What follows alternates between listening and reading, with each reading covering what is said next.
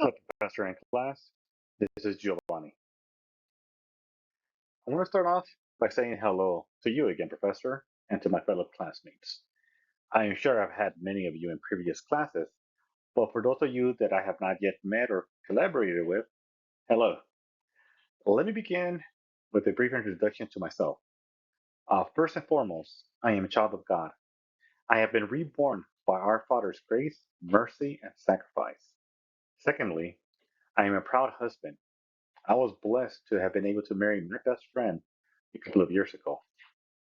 And last but not least, I am the father of an intelligent young woman who is currently pursuing a master's degree.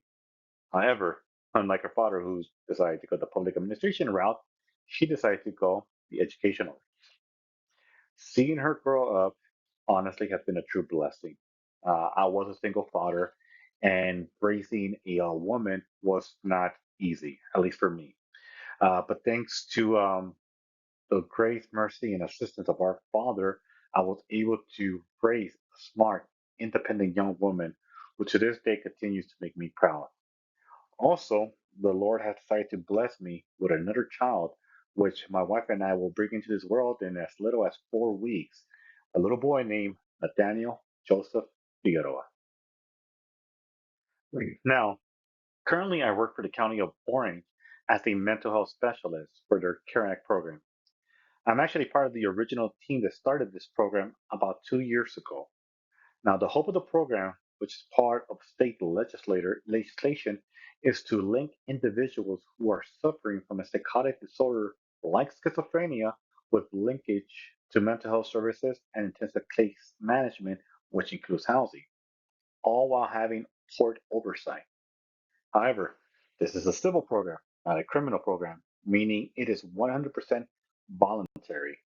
The court oversight is actually mostly primarily focused on the county and the mental health providers rather than the client themselves.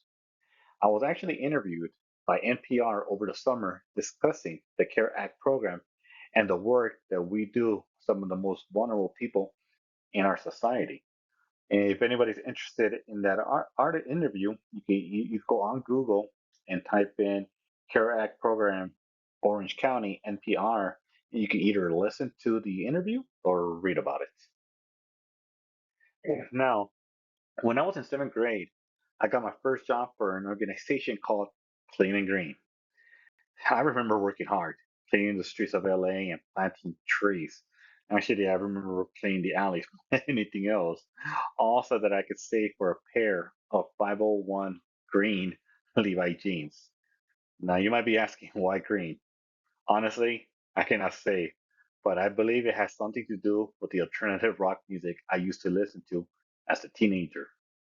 Nevertheless, I remember asking my parents how much they were, and I made sure that I did not spend my entire check on comics and snacks. I was then, as I am now, a big comic nerd in order to buy those pants. So this was actually the first time I was able to save and budget accordingly in my life.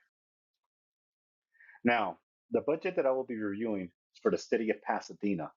This is for the current fiscal year from July 1st, 2025 to June 30th, 2026. The budget is composed of two parts. The first part is the operating budget, which is $911,860,885. And the second part is the capital appropriations, which are $144,947,473 for a total budget of $1,056,808,358. Now, the reason I have chosen this city and the budget is twofold. First, I was once a resident of Pasadena, and I was impressed by how the city operates. And secondly, Pasadena is very transparent about its finances and operations. I would like to conclude with this Bible verse, which I believe is particularly relevant to our class this term. This is from Romans chapter 13, verses 6 to 7.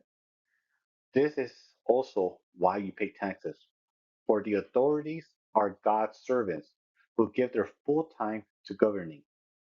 Give to everyone what you owe them. If you owe them taxes, pay taxes. If revenue, then revenue. If respect, then respect. If honor, then honor. We have been blessed to be put in a position to learn how to manage public resources. Let's be godly stewards of these resources. With that, I want to thank you all, and I look forward to all of your presentations and collaborations. Have a blessed week, and I'll talk to you later. Bye.